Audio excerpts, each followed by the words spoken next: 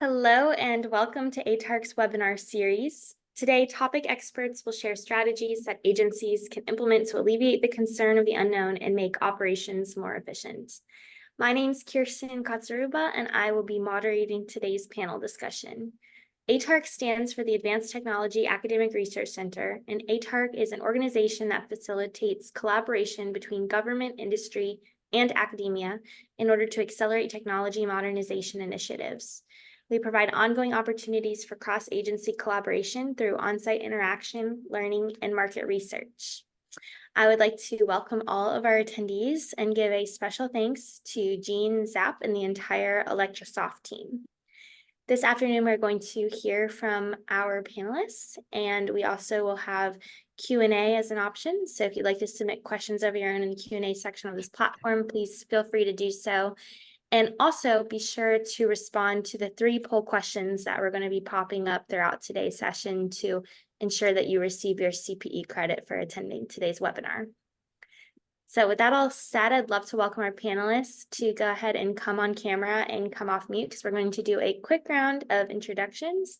Please share with us who you are, what agency or organization you represent, and what your role is there. So Babur, I saw you on first. If you could kick us off, please. Absolutely. Thank you so much, Kirsten. Good afternoon, everyone. And thank you for the opportunity to be on this panel. Very excited about it with my colleagues here. I'm Babur. I am representing GSA Office of Government Policy, Identity Assurance and Trusted Access Division. And the perspectives that I'm going to bring to the discussion will be a government-wide. So that's what our office does. So not necessarily GSA Enterprise, since I don't work for GSA Enterprise, but we do have a few different initiatives around alternate authenticators like FIDO Community of Action, and then the Brown Bag series, which started about 1.5 years ago. So really looking forward to the discussion. Thank you. Let's go to Nalin next. Good afternoon, everybody. I'm the ICAM product manager for Department of Education. Thank you. Thank you. And Sarbari? Yes, good morning or good afternoon, I guess, everyone. My name is Sarbari Gupta. I'm the founder and CEO of Electrosoft. Electrosoft is a federal government contractor, and we've been supporting various federal agencies with their ICAM initiatives for over 20 years. Now, personally, I've been involved in the ICAM or identity arena since 1998. I'm dating myself, but that's the truth. And first I started with PKI, but then I got involved in helping NIST with the development of PIVS 201, the PIV standard, and also served as co-author for several of the PIV-related special publications. I also served as co-author for 3 of the NIST 863 versions, which is the digital identity guidelines, which are, of course, very important to the federal arena. And most recently, over the last year, maybe a little more than that, I've been supporting the GSA Office of Government-Wide Policy, Babur's team, in helping to develop an architecture for a shared service for derived FIDO2 credentials. Now, that's a mouthful, but in any case, it presents some unique opportunities, I believe, for the federal government, and excited to be here on this panel. And also wanted to say that we are very thankful to ATARC for giving us an opportunity to sponsor this webinar. Thank you. And Catherine, let's hear from you next. Okay, hi. My name is Catherine Bergen. I've been in cybersecurity for a long time, since about 2007. But doing identity in the identity realms for about 4 years. We have our agency has applications, and one of our main focus is more the external, the citizens being able to access their data within our agency. So from an identity perspective, that's been my focus, is the external access. Thank you. And Tim? My name's Tim Baldridge. I work with DoD in the Defense Manpower Data Center, who are responsible for a number of programs providing entitlements and benefits to DoD service member and all of their families and identity for the department. We are responsible for issuing CAC cards across the department. My current role is a subject matter expert in architecture and information security for the identity credentialing management program. Like Sabari, I know where all the skeletons are.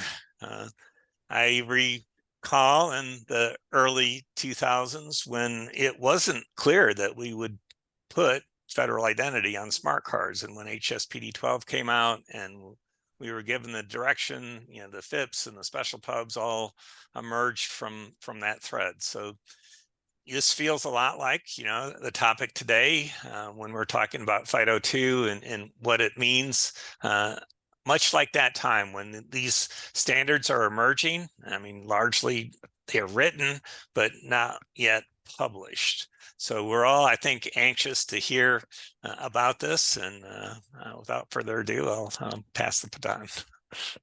Yeah, great. Thank you so much. So we don't have to go in any particular order. If you feel inclined to respond to any of these questions that come up, just feel free to let me know. You can use the raise hand icon, or you can just come off mute and I'll assume you want to respond. But maybe, Babur, if you don't mind kicking us off with the first question, I want to know if you could describe the government-wide progress in mandating PIV or CAC authentication for enterprise users. Are there cases where authentication using PIV or CAC is not practical? Kirsten, was that for me? Yes, if you don't mind. Sure. Thank you. Yeah, so let me give you an example.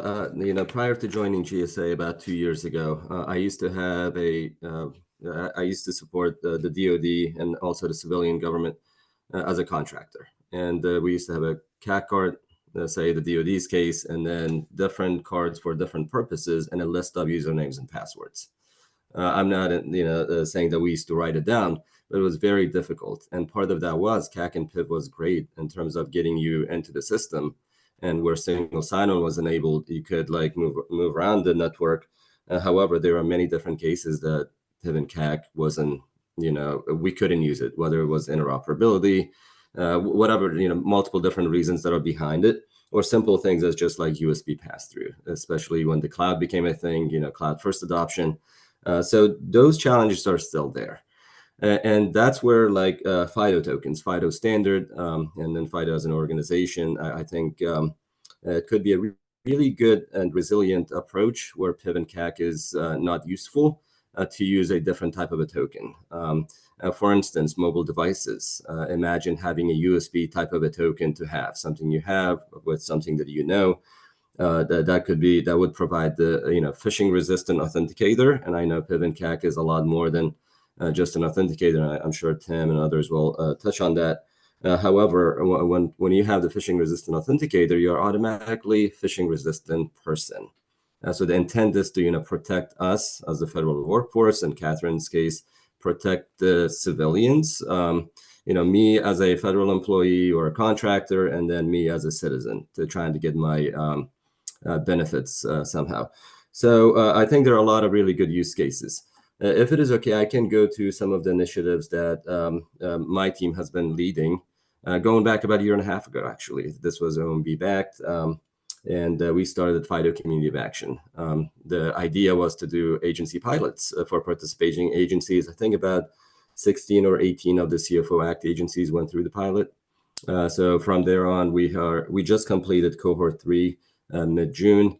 And during cohort 2, what we started noticing was, to Tim's point, there's a lot to it. And part of it was that we weren't educated enough on the FIDO standard, how it works.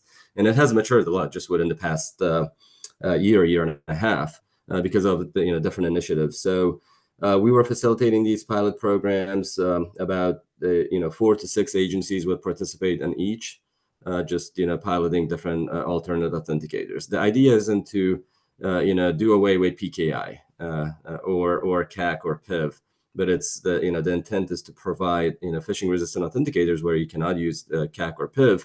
And I think Catherine has a really good use case from the citizen's perspective, and giving that good luck telling the American public, hey, you're gonna show up at this HR center provide so much documentation and other things for you to get a card. And of course, there's a lot of pros and cons to it. I'm just going to stop there and provide others the opportunity. And then when the conversation comes back, happy to contribute again. Yeah, thank you for starting us off there. I'd love to hear from another panelist or two on the same topic, or if anything that Babur shared resonates. Sarbari, would you like to go next? Yeah. So, as a government contractor, we get to see what various agencies do. So it's a kind of a nice perspective. And so what we notice is that most agencies, after, the PIV standard was published, in 2005, right? So it's almost 20 years. So most agencies are, at least the ones we work with, are mandating PIV or CAC as their primary authentication mechanism. But there are use cases, as Babur said. For example, some additional ones would be, misplaced, lost, or damaged PIV or CAC, so you need to provide temporary access to an enterprise person within that agency while their PIV or CAC is not available. So that's a situation where multiple types of alternative authenticators are being used. And in many cases, what we notice is these alternative authenticators, they're not as strong, secure, I guess. They don't have the assurance that the PIV or CAC credentials do. And therefore, in using these alternate authenticators, essentially the agency's security posture is weakened. So that's, again, why I personally am very excited about FIDO2, because it's an alternate type of authentication mechanism. However, it really doesn't dilute the security if done right, as I mentioned, derived PIV and whatnot. So, but anyway, I'll stop here. Thank you, Sabari. And we still have time for another panelist or two to weigh in. Anyone else like to jump in? Tim, go ahead. Sure. So, the Department of Defense is, pretty large, and direction is generally given through DoD directives and DoD instructions. So I'll cite a couple of them, 8520.02, which is about PKI, and 8520.03 that are available in the public domain, that if you want to understand how credentials are authorized and used within the Department of Defense, these are important references. Most of the activity that we have in terms of security requirements guidance, security technical implementation guidance, STIGs, as you were, if you're familiar with DoD, you've probably heard of this if you work in IT. So how that policy is updated and reflects these emerging technologies is really contingent on published, openly available standards. And there's a lot in the pipeline right now that is just waiting to emerge. I mean, there are a number of NIST documents that I know Sabari has worked on that we're very anxiously looking forward to seeing in final publication. I know that, FIDO2 standards, the CTAP 2.1, there's a number of things here that are extremely relevant to us, but, like all good standards in the Department of Defense, we're waiting for the references to cite to make updates. I think this is coming, but at the end of the day, the due diligence of making sure that it's done securely is the work before us. So I'll pause there. Absolutely. Nolan, did I see you come off mute earlier? Did you want to share anything as well? Yeah, thank you. Can you guys hear me? Yes. Yeah, so where we started was, as you know, PIV exceptions, right? When somebody loses or misplaces the PIV card, what do? Most departments, you call in the help desk, you get a temporary exemption, and that's typically username and password. And we mandated through policy that that's no longer allowed, right? So what do? So we started out deploying Microsoft Authenticator security information registration portal from Microsoft. And we all know that's not phishing resistant, right? So then we evolved to Windows Hello for Business, right? So we looked at GSA's playbook. That wasn't exactly applicable to us because we are in hybrid Active Directory mode. And so we ran into some complications. However, we have operationalized Windows Hello for Business as an alternate token. The folks who misplaces or loses the PIV card have to call into help desk to get Windows Hello for Business enabled. And if you're a Mac user, we also allow YubiKeys, right? So we have three-pronged strategy. Microsoft Authenticator, which is not phishing resistant yet, but we're working on passkeys option. And Windows Hello for Business is fully deployed. If somebody calls help desk today, they will not get a username and password. They will get Windows Hello for Business. And if you're a Mac user, you get FIDO2 keys. So all of those have been operationalized, fully introduced to our business, our service catalogs within the help desk. So that has been our position and experience. Thank you. Yeah, thank you for sharing. I'm going to take a quick pause here and ask if we can put up our first poll question for today, which is, what is the maturity level of your agency with respect to implementing mandatory authentication using PIV or CAC for enterprise users? So that's our first poll question up on the screen. Be sure to respond to that. And moving on to our next question, Catherine, if you could kick us off with this, I'd love to know what alternative methods of authentication are in use within your organization, or whether for enterprise users or for external users. For external users, what we utilize is id.me and login.gov to provide the identity proofing. And they provide us our application with a credential, which then allows that with that user to go to have access to the application and their specific data. So that's from the external users. And that's always multiple challenges, because depending on the level that the application requires of the IAL level 2 or such. For internal users, we all use our, we have PIVs, and that is what we have access to for our network in particular when it's up. Sorry, we're having network problems, so that's why I comment. Also, we have single sign-on, which OAuth and OpenID, and then SAML. We also have certificate-based authentication. So that's, and digital certificates. So those are what we're using internally.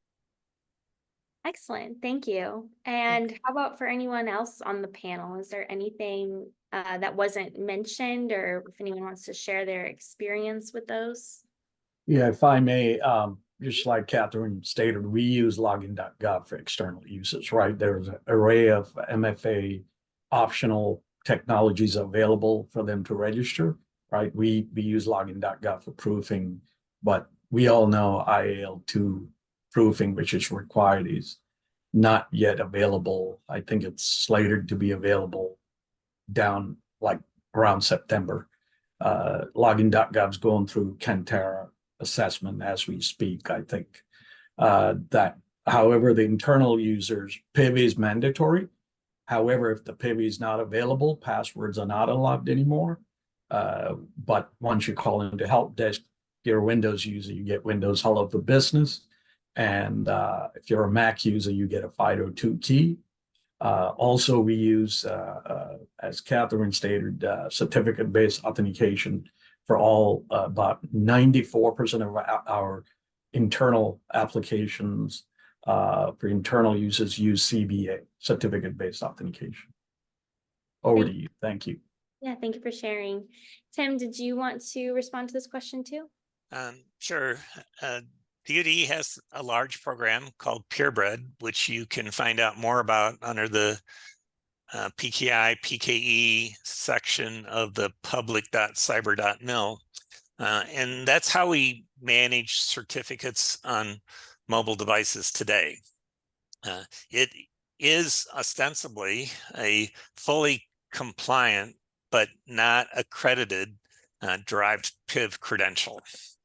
The accreditation really comes from the perspective of DoD credentials on mobile devices being trusted by other federal departments and agencies and relying parties. I think that happens today anyway. We just don't assert that it is a proper derived PIV in spite of the fact that it is. I think these are important characteristics of alternative credentials going forward. I think it's a reasonable reference to review in assessment of non-PKI MFA authenticators that we are definitely on track to talk about today. So I think that those are important aspects. I will mention that the Department of Defense is very active in the zero trust approach. I think DHS is as well in promoting, and many of the activities that we're talking about for ICAM that are the authenticators roll up underneath that. So other than just to mention that we have to show our traceability through all of these requirements for pretty much everything we're doing now, I'll just leave that to another topic day. Thank you. Another webinar. Thank you. All right, so we'll move on to our next question then, our third question. So Bari, if you could kick us off with this one, I want to ask, what are some of the benefits of PIV or CAC derived credentials? And if you could share, what are some of the current and future prospects of leveraging derived credentials by federal organizations? No, I feel very close to this arena because, again, working and supporting NIST as a contractor, we put together the first guideline, which is still the current one, SP Special Publication 800-157. I think it was back in 2014 for derived credentials. And back then, that version, there were a lot of constraints in the way derived credentials, were considered to be allowed within the federal government. But even back then, so the point was that derived credentials shouldn't weaken the security of the infrastructure or the environment. And so there were many tight requirements related to derived credentials, such as they could only be issued to a user who has a valid and active PIV or CAC account, let's say, or that each such derived credential that's issued has to be bound or registered or somehow associated with the PIV account for the user so that, the life cycle can be managed. And similarly, as soon as the user's PIV account, let's say, is terminated for some reason, for example, the user leaves that agency's employment, or maybe their eligibility to be a federal employee or a contractor, changes, let's say, over time. So if the PIV account is terminated, then the derived credentials, all of them associated with that user's account, are also mandatorily terminated and cannot be used anymore. So anyway, so derived credentials presents a great opportunity. And again, back in 2014, the thought was primarily that this would enable mobile devices to be used for strong authentication. But over the last year and a half, NIST has, I haven't been involved directly with that development, but there's a special pub 800-157 Rev 1 that was released, I believe, last year, went through public comment period, and the final version should be published, I think, this year. But that publication actually opens the door for non-PKI derived credentials. And why? Because I think OMB Memorandum M1917 back in 2019 was published. So that actually opened the door for federal agencies to consider non-PKI or alternate methods of authentication, in addition to the mandatory PIV and CAC credentials. So anyway, so 800-157 Rev 1 does support derived credentials that are non-PKI. And in order to make them, secure enough or not to weaken the security, there's a lot of associated requirements for those non-PKI derived credentials. And so, so that's what they are. And if implemented properly and in accordance with NIST requirements, I would claim that those non-PKI derived credentials are just as strong as using PIV or CAC credentials, for authentication. So yeah, I'll pause there.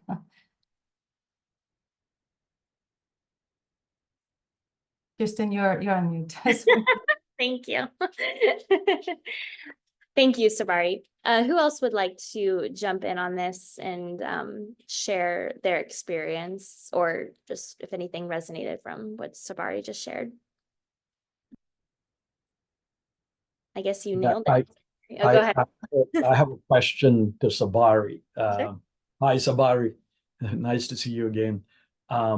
So when Sabari briefed about the non-PKI derived credentials, I took that to Department of Education, discussed with our leadership teams, and the question came up, what about the digital signature on the mobile device? A lot of the senior executives, if they need to sign something digitally, would that be supported? Also, encryption on the mobile device, is that going to be supported through the non-PKI derived credentials? That was the question came up. The other thing is, Sabari, we don't have a relationship with Entrust, so we don't have like a PKI as a service. So I am trying to justify the budget to acquire that. And as you know, we are smallest cabinet department, tight budget. And so I'm getting pushback for buying Entrust, right? So I was wondering what's your opinion on those two issues that were raised? If we go with non-PKI derived credentials, are we able to support encryption and digital signature on the tablets and the mobile devices?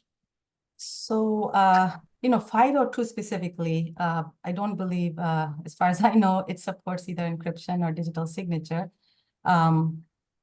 However, derived credentials, I mean, the non-PKI version, that's a very good question. I don't have a good answer for you. I need to think about that.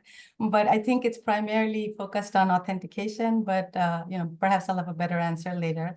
But regarding, budget constraints, we all live in that environment, right? So what can be done? But I don't know that you need to have a particular vendor's PKI infrastructure in order to implement derived credentials. But of course, if that seems to be the easy path towards the success of the program, then that's what you need to do. But there should be options always. Offline, I'd like to know from the panel what options that are out there without going through a commercial PKI as a service solution. I did look at POBread, but it looks like Tim POBread is available only for DoD components, not to civilian departments outside of the DoD. I think I was assuming that. I think that's an accurate assessment. Right. Thank you. Yeah, thank you. Anyone else want to ask a question or make a comment? I'll make a comment. I mean, I think at the end of the day, when we talk about requirements for PIV, largely what we're describing is proving identity for an authentication access. And, when we talk about, let's say, data security, including email and other files, both from an integrity and a confidentiality perspective, signing and encryption. And, I'll say that there are some commercial providers that will take and offer a signing and encryption capability based on an authentication to a service. And when you look at the way FIDO2 works, I would say that if that's what you're looking for, the FIDO2 token isn't going to provide encryption and signing capabilities directly. I mean, it would technically, you could implement some special code that would leverage those keys that way. But I think that, at the end of the day, what we want are a standards compliant approach, because if you are signing or encrypting something, you want to be able to interoperate with all of your colleagues and the people you do business with that may have some other vendor's products. And that's where the standards become really critical. Thank you. If I may, so Tim, I think that's a great point. I was having trouble answering Nalan's question, but you're right. I mean, there could absolutely be a online service that does the encryption and or the digital signature, perhaps using SPIME standards so that it's interoperable. But the FIDO2 could be the way that the individual authenticates to that online service to prove that they are who they are. Now, I'm not aware exactly, can't rattle off names of vendors who already do this, but it seems to be a very feasible way to get, the encryption and digital signature. First, by proving who you are. I mean, that's the first step, of course, right? And then the service can do it on your behalf using some other stored keys that are capable of doing those functions, I guess. I'll just suggest you may have done this if you've done a recent mortgage application. Excellent, thank you. So I'm going to take a quick pause and pull up poll question number 2. So our audience, again, poll question number 2 is going up on the screen. Don't miss it. And the question is, poll question number 2. I don't see it up on the screen yet. Do you guys see it? Okay, so it'll be up here in a minute then. And the question is going to be, Kirsten, yes. yeah, I would like to chime in while we wait for the poll Yeah, go question ahead. to come in. So when we were talking about PIV, CAC, PKI, federal PKI, or FIDO standards, I think one thing we need to keep in mind, these technologies, it may not solve all of our problems, but the intent is to, kind of do away with username passwords. And like when I started off my comments earlier, as a contractor, still a GSA, as a GSA employee, workforce perspective, of course, we have PIV cards, but then I can also log on with a username password and a one-time PIN. So having, FIDO tokens, that I think it's going to assist with that resiliency over time. And as the standard matures, those capabilities or those functions could be integrated. So to nail in, I think Sabari and also Tim had really good points. So you also have to look at the technology stack and how often are we really, digitally signing documents through mobile devices? Is it being done right now? And that's where the priorities come also. And I guess the point is, can we move away from usernames and passwords? If that's the problem, to fraud, to identity fraud, and also some other things, which is extremely costly. So what are the solutions? And then also it's kind of difficult to build a product to a standard that's kind of non-existent. I mean, PKI is pretty robust. That's awesome. FIDO is trying to catch up. But then if NIST is not ready with the standard, how's that going to work, right? And currently, I think the standard is being developed to the product versus the product being developed to the standard. So a many different challenges out there. But one thing we need to keep in mind, like as a workforce, PIV card works great. Again, as a citizen, if I'm trying to get my benefits, I'm stuck with username passwords. And there's many different things go with that in terms of social engineering, fraud. I was just at a conference not long ago, ID fraud conference, and everyone was talking about fraudulent activity, and mostly from citizens' perspective. And it's just very, very challenging because we don't have the standards that's robust enough to support it. And PIV and CAC and PKI may not work from looking at it from citizens' perspective. The identity verification is the hardest thing. So can we do away from username passwords by using an alternate token, to Sabari's point? And sometimes, like employees, if you look at the workforce, it takes a long time to get your CAC or PIV. So, the default is username password. Why not a FIDO token? Yeah. So it's going to be like an incremental approach. I just wanted to chime in from that also. It's not going to solve all our problems, but it will provide that resiliency. And over time, hopefully we can bring in other functionalities working with the industry. Thank you. And thank you for helping me stall while the poll question went up. Nolan, go ahead. Were you going to say something?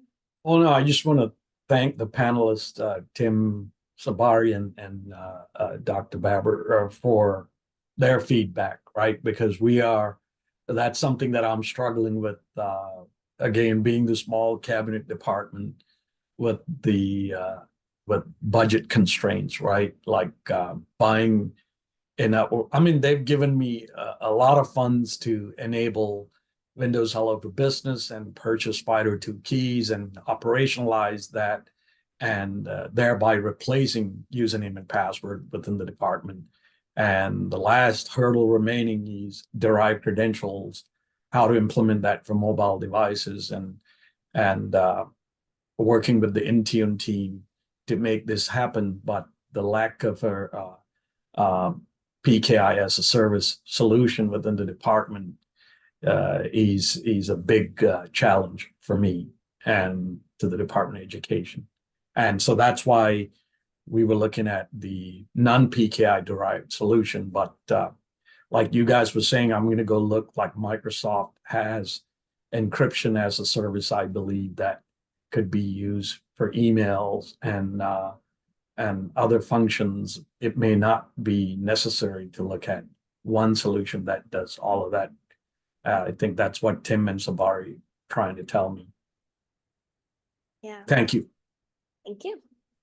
So let's talk a little bit more about FIDO2, actually. Tim, would you be able to start us with this next question, which is just what are the strengths and weaknesses of FIDO2? Well, I'm not going to claim to be a FIDO expert. I'm pretty familiar and I know the lexicon. So if I say something that's not right, I'm going to ask the panelists to call me out and correct me on this. But from a standpoint of understanding fundamentally the similarity between a FIDO2 hardware-based non-shareable passkey for an authentication, I mean, there's a lot of parallels that you can describe in the way the smart card, the key activation, how you use it, how you prove that you are in control of the private key that you're taking an action with. I think the surrounding mechanisms are significantly different. A FIDO2 credential or passkey, I want to call it, it still does a PKI init kind of operation. There's a challenge response. There's a secure channel establishment with the service from the endpoint. In all of that's great.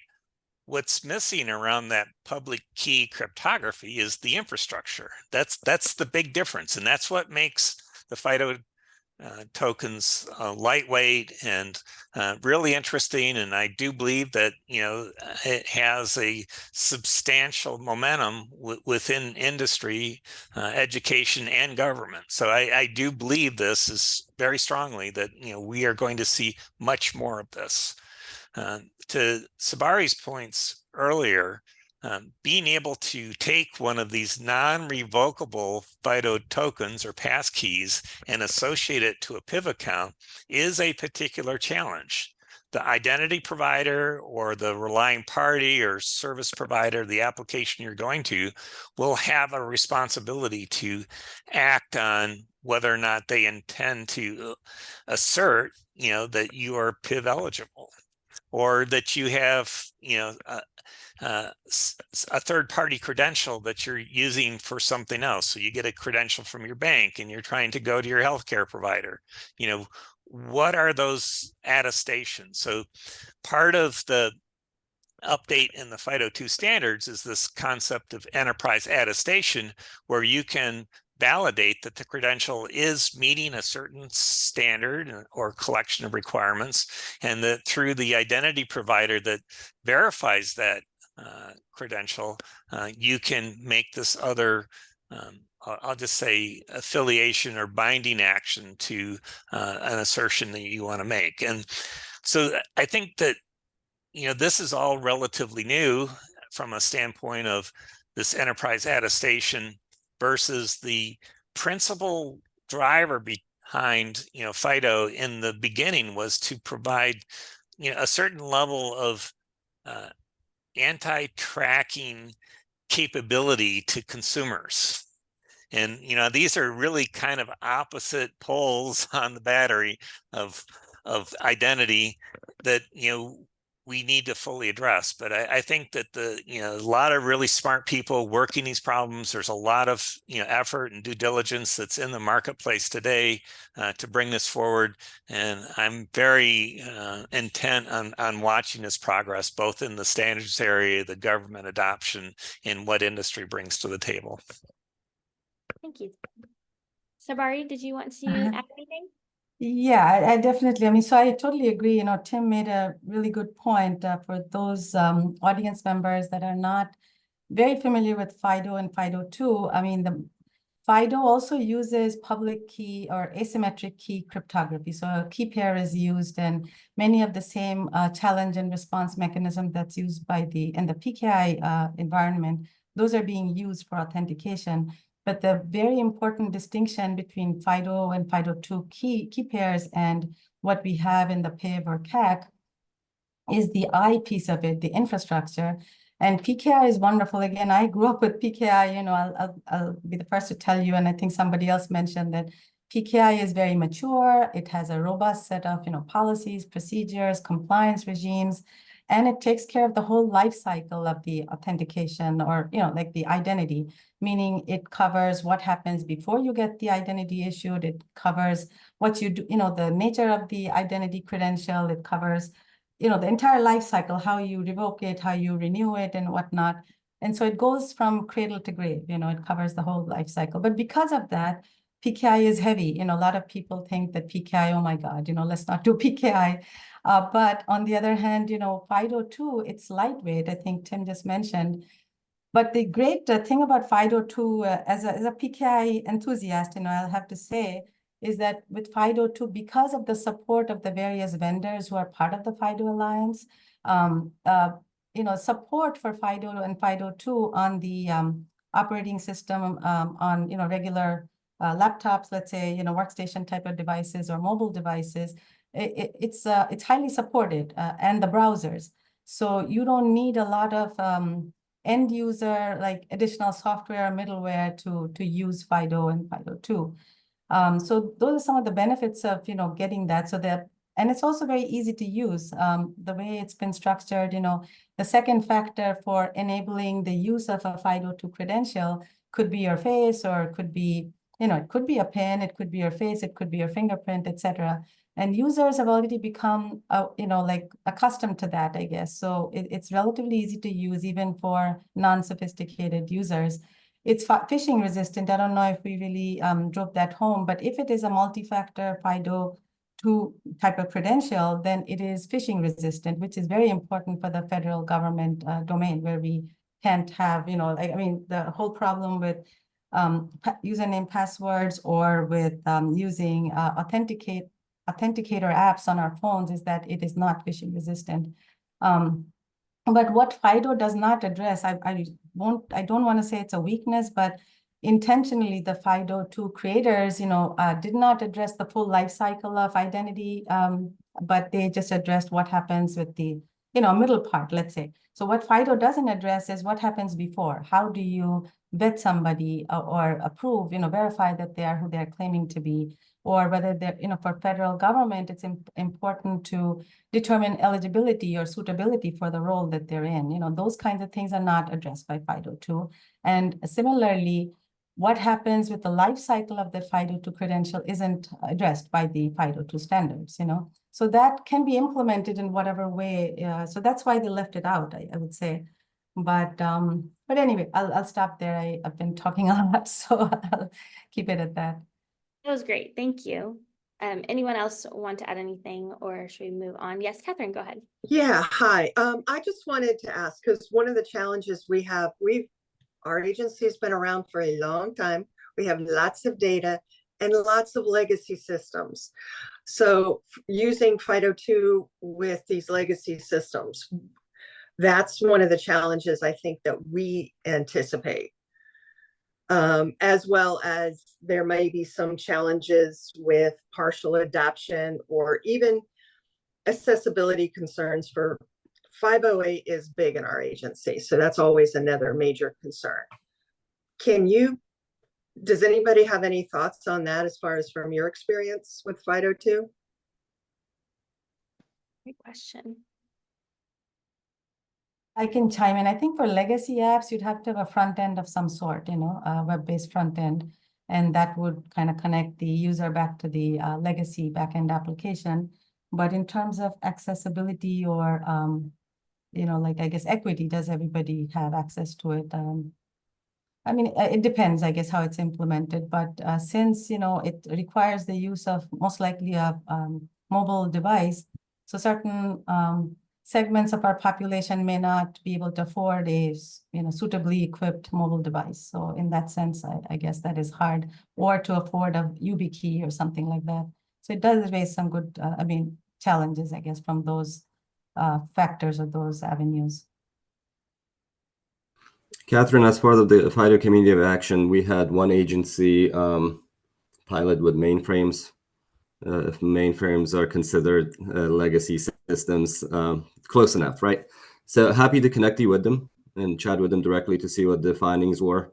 They were part of cohort 1. I plan on reaching back out. This is like, it started a year and a half ago, to see if they want to participate in cohort 4 or not. So they may have some good lessons learned for you on that one.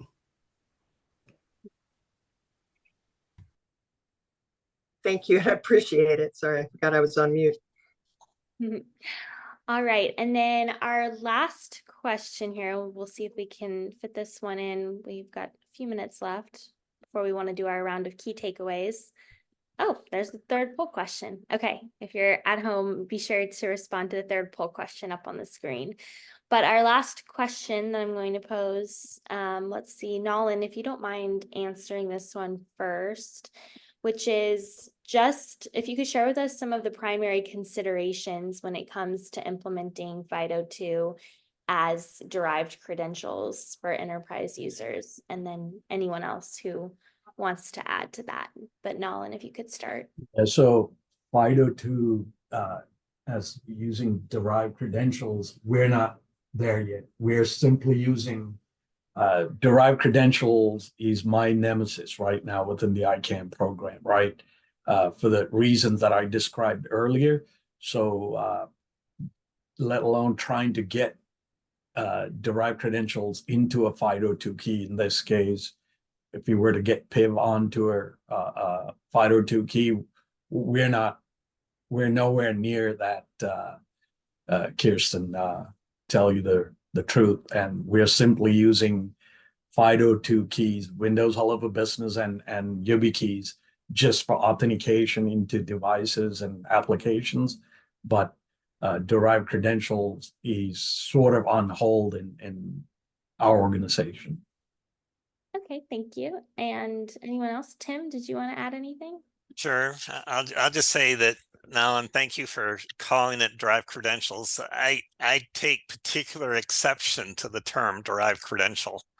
I will say that derived PIV has a very specific meaning, and it's important.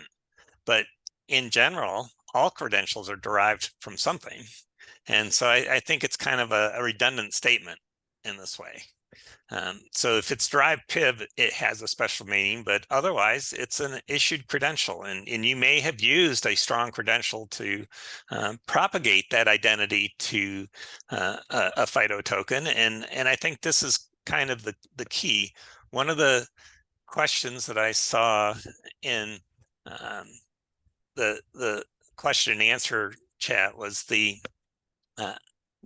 what do you do in what we refer to DDoS environments, denied, degraded, intermittent, and low bandwidth connections? That's basically meaning you're offline to most people. And this idea that you can take your strong credential, your PIV or CAC or some other credential that you may have, and register your passkey or FIDO authenticator for an access that may actually ultimately be offline, but when you do the registration, you have your endpoints or the systems and the credential, and you line it all up, and then it can be used offline. That's really kind of, I think, the really interesting capability of WebAuthn and FIDO2 in general is that it doesn't do the revocation check. So it's really lending itself to this problem space. But I'm just going to say that, understanding that, front part of the, before the middle where the FIDO really comes into play, getting that front part and how you convey that suitability, fitness determination of a identity that you associate with a token and the rights and accesses that they'll have with it, I think are all essential aspects of a full end-to-end deployment. That when you build your system, this is what you want to look at. It is really applying all those zero trust capabilities and activities to your solution space. Thank you, Tim. And any other comments here before we move on to our round of takeaways? So, absolutely, whatever Tim said, I fully agree with. I also wanted to mention that, all the additional requirements, I think I've mentioned a couple of times already, related to SB 800-157, Rev 1, et cetera. To do all of that, if an agency does it, it is a very complex backend infrastructure. And to do it right, I mean. So that's where, I guess some sort of a shared service, makes so much sense, just similar to the US Access Program, which is the one that most agencies go to have their PIV cards, issued and managed over time.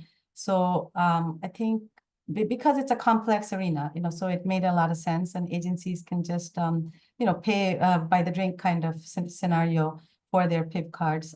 So I think the complexity of doing derived FIDO is, I think, a little bit much for most agencies, especially the smaller ones. So having some sort of a government-wide service or a couple of those services would be very beneficial, I think, to actually promote adoption and rollout. Thank you. All right. Thank you all so much for your participation. We've got a little less than 10 minutes left, so I want to give you each an opportunity to share with us your final thoughts or what your key takeaway from this discussion has been. So you each have 1 to 2 minutes to kind of share and wrap us up for today. So Babur, if we could start with you, please, on your key takeaway or final thoughts on this panel. Sure. Thanks, Kirsten. Great discussion. And my final thoughts would be we need to stay optimistic. Of course, there are challenges. These are all technology challenges.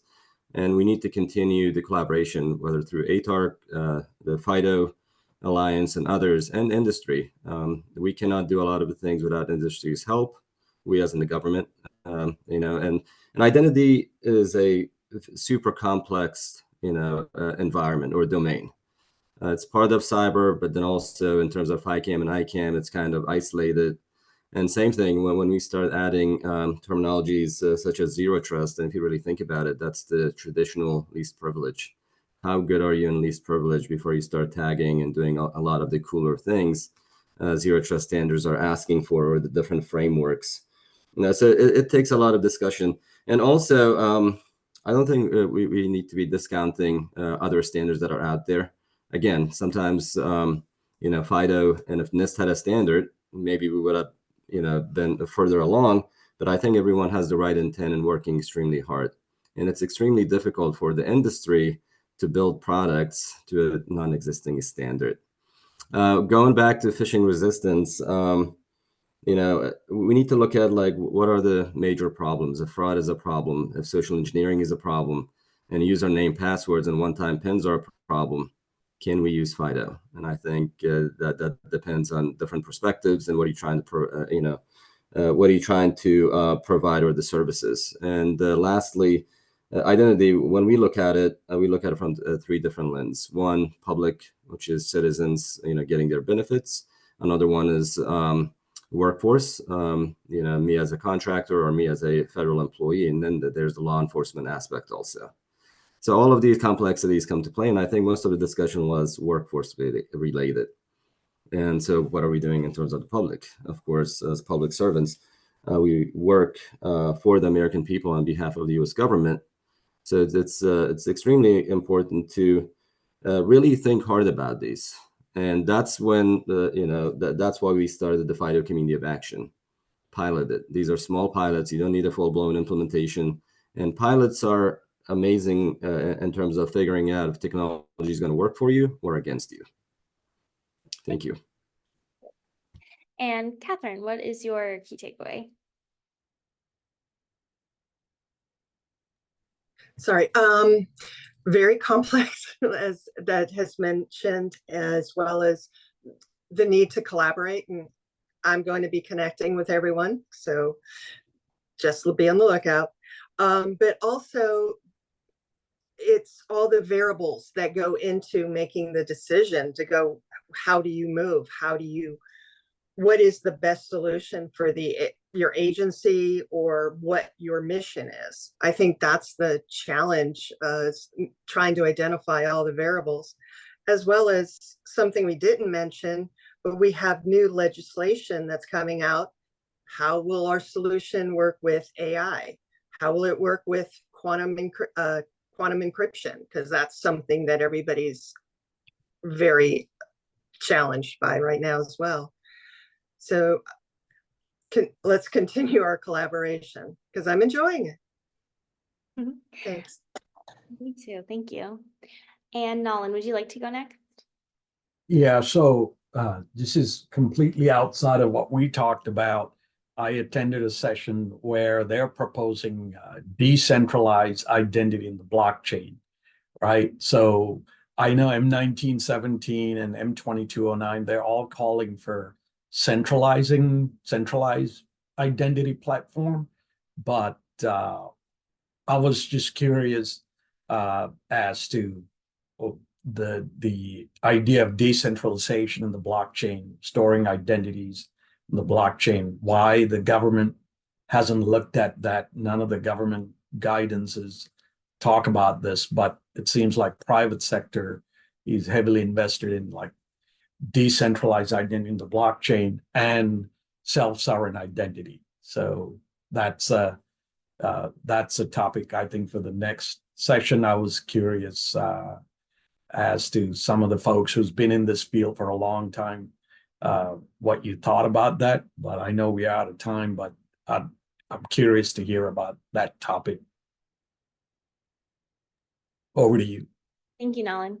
And Tim, over to you next. Well, I'll just respond to Nolan that, the dichotomy that you describe is the opposite polarities of that identity battery, where one side you're really trying to reduce trackability, the other side you're trying to prove your suitability or fitness for a particular access. And these are challenging spaces. I want to also highlight Catherine's focus on collaboration. The success of the federal enterprise, I mean, it is our governance. It is how we bring things forward. It is a challenge.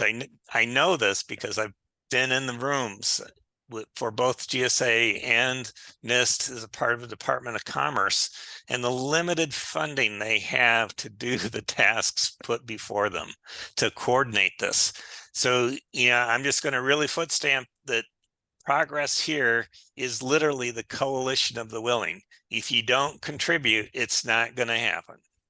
And I think that, I don't want to leave no time for Sabari, so I'll leave it at that. Thank you.